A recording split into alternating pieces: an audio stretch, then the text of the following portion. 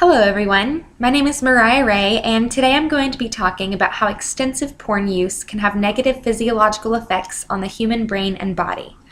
This is a topic that is very interesting to me due to being a psychology major, and something that I am very passionate about, one main reason being because so many people are uninformed about the damage that too much porn can do to the brain and the body.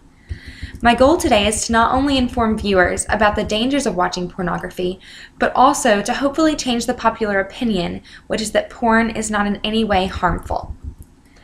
Dawn Hawkins, who is the executive director at Morality in Media, said at a conference recently that porn must be tackled no differently than any major public health crisis. She also said that there is a lot of science now proving that pornography is harmful, and she emphasized that she did not only mean harmful in a physiological way, but also in a mental and psychological way.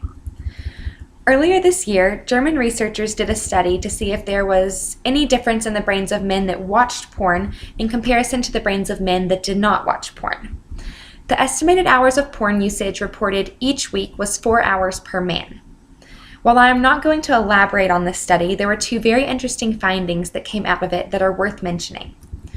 One was that the volume of the gray matter in the motivation and reward center of the brain, or in technical terms, the right striatum, was smaller in men that viewed more porn.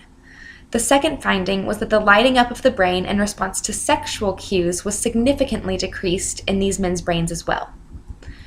This implies some sort of desensitization in the brain and is an important point to remember for later on. Although these findings are all important, the problem with this study was that it did not answer one huge question, which is whether or not porn causes these changes in the brain, or if men that watch porn are born with brains like this that make them more prone or susceptible to watching it. There is currently more research going on to try and determine causation, but for now this is all the information provided in regards to this specific study. However, this information itself is still very interesting.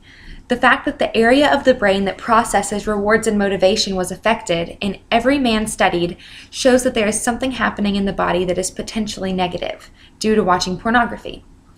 Also, the fact that it was harder for these men to process sexual cues provides a link to the possibility of why and how pornography can affect relationships.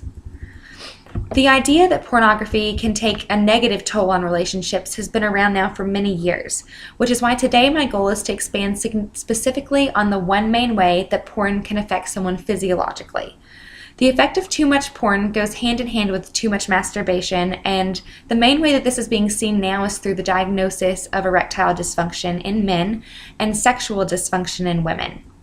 The reason that I say it comes from both porn and masturbating is because these two things mostly go together.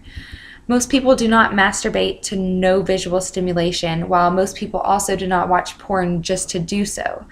Porn is ultimately a means to an end, and oftentimes you do not have one without the other. For the purposes of this speech, porn can be anything from naked pictures to graphic video.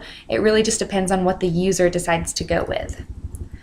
Sexual and erectile dysfunction are the same types of dysfunctions, named differently only because women don't suffer specifically from problems with erection. 10 years ago, erectile dysfunction, or ED for short, was only considered to be something that affected men of an older age, aside from some anomalies in younger men. However, in recent years, more and more teenage and young adult men have been diagnosed with ED, and researchers are saying that the one main cause of this is watching pornography. Many people argue that addiction to porn is not real and that someone can quit any time. However, I am here today to try and convince you otherwise. What happens in the brain when someone watches porn and masturbates is very interesting. There is a great amount of dopamine that is released in the brain every time someone climaxes. Over time, the dopamine receptors in the brain become desensitized to the dopamine release, and eventually the receptors themselves begin to die out because they think that there's a surplus of dopamine. What this means is that for a while, in order to achieve arousal, one must watch more extreme porn and masturbate even more frequently. Because of this, it eventually becomes impossible for a person to climax and/or feel pleasure from sexual stimulation. Literally, it is impossible for the brain to process this and to allow it, which leads to erectile and sexual dysfunction. Not only can this hinder real life relationships, but it can also affect someone for the rest of their life. And unfortunately, for people that suffer from this form of ED, the medications that often help older men with this problem will not necessarily help these men.